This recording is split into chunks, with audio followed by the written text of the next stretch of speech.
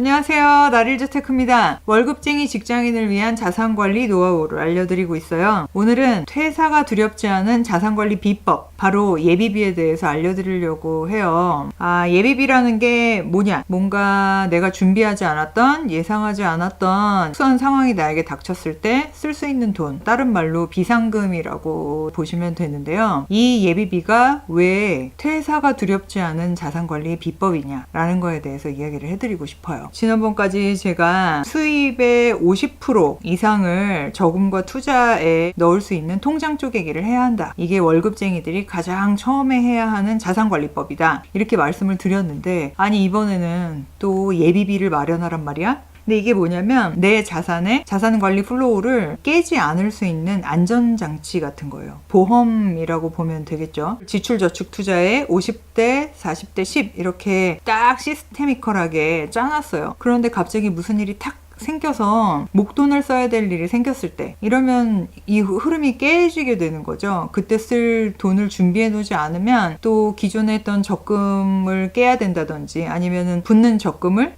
쉬어야 된다든지 이런 일이 생기니까 그 자산관리 플로우를 그대로 유지할 수 있게끔 안전장치를 걸어 놓는 게 바로 예비비예요. 결혼을 하신 분들은 이 예비비를 좀 어느 정도들 갖고 계신 분들이 많아요. 왜냐면 아이에게 갑자기 예상치 않았는데 돈이 들어가야 된다든지, 아니면 경조사비, 집안이나 친구들의 경조사비가 갑자기 필요한다든지, 가족들에게 돈을 드려야 되는 일이 생긴다든지, 이런 일이 수도 없이 일어나기 때문에 이 자금들을 조금씩 비축해 있는 경우가 많거든요. 싱글 같은 경우는 이런 일이 별로 없다 보니까 예비비가 뭐가 필요해? 그냥 내 통장에 있는 거 그대로 쓰면 되지 않아? 일이 있을 때 그냥 그거 쓰면 되지, 이렇게 생각하시는 분들이 많더라고요. 가장 대표적인 게 내가 아프다거나, 갑자기 아파서 수술을 해야 된다거나, 회사를 퇴직해야 될 일이 생긴다거나, 이제 해고를 당하거나, 아니면 내가 그만둬야 된다거나, 이런 일이 생겼을 때 이런 예비비가 없으면 굉장히 당황스럽고 마치 이거 길거리에 나앉는 것 같은 그런 기분이 들 수 있어요. 돈을 이렇게 만들어 놓으면 적어도 몇 개월, 일정 기간 동안은 안정적으로 지낼 수 있으니까 이후에 다시 내 컨디션이 회복하고 새로운 직장을 잡을 때까지 견딜 수 있는 힘이 되어 주거든요. 그러면 과연 얼마를 준비해야 되냐? 이제 이게 관건이겠죠.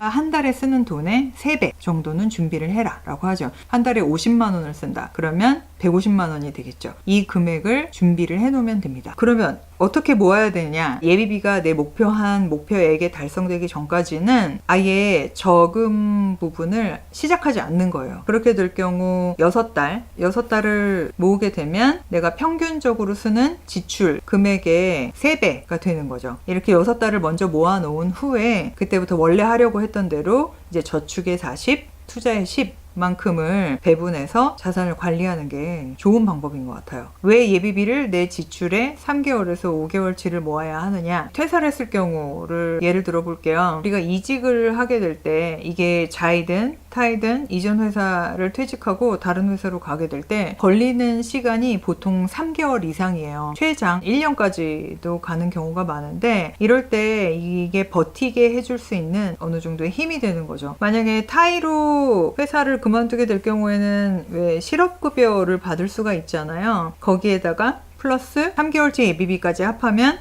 최소 5개월에서 6개월까지는 버틸 수 있는 힘이 생기는 거고요. 처음 한 1주, 2주, 한 달까지는 그냥 이전에 스트레스를 풀면서 좀 놀 수도 있겠지만, 실제로 그 이상이 되면 피가 마르는 것처럼 속이 타들어간단 말이죠. 근데 그런 심리적 불안감을 해소해주고 어느 정도 안정감을 줘서 조금 더 여유 있게 다음 직장을 좀 더 신중하게 고를 수 있는 그런 안정감을 주는 장치가 될 것 같아요. 두 번째는 큰 수술이라든지 병이 더 깊다면 이 예비비만으로는 해결할 수가 없고요. 보장성 보험을 통해서 해결을 하는 게 좋고, 회복 기간이 짧은 이 최소한의 부분만을 좀 버티게 해주는 힘이다, 이렇게 생각하시면 될 것 같습니다. 일정 부분 최소한만 쓰고 나머지 채워야 될 금액이 좀 작다, 그러면 저축 부분 아니면 투자 10% 투자에 됐던 부분을 조금 끊고 잠시 그거에다가 넣는다든지, 아니면 정말로 불의의 상황이 생겨서 준비해놨던 예비비를 몽땅 다 썼다. 이럴 경우에는 저축 부분을 조금 멈추고 이 부분을 조금 더 먼저 만들어 놓는 게 좋죠. 왜냐면 이거는 비상약 같은 거니까요. 그러면 이제 이게 또 어디에 모아야 하냐라는 문제가 있는데, 이렇게 모은 예비비는 언제 어떻게 불시에 쓰여질 수 있기 때문에 뭐 기간을 딱 한정하는 적립식이라든지 뭐 거치식이라든지 이렇게 기간이 1년, 2년으로 묶여있는 계좌에는 넣지 않는 게 좋아요. 자유롭게 입출금을 할 수 있는, 그 다음에 뭐 하루만 넣어놔도 이자가 생기는 왜 CMA 통장이 가장 지금까지는 좋은 방법인 것 같고요. 뭐 간혹 이제 MMF 통장에 넣으시는 분들도 있는데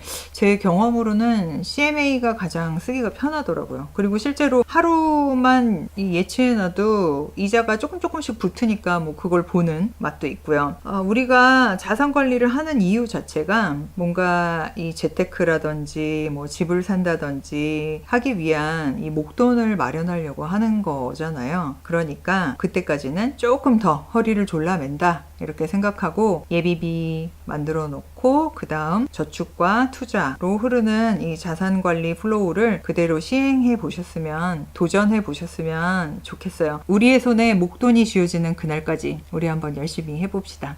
자, 여러분 안녕.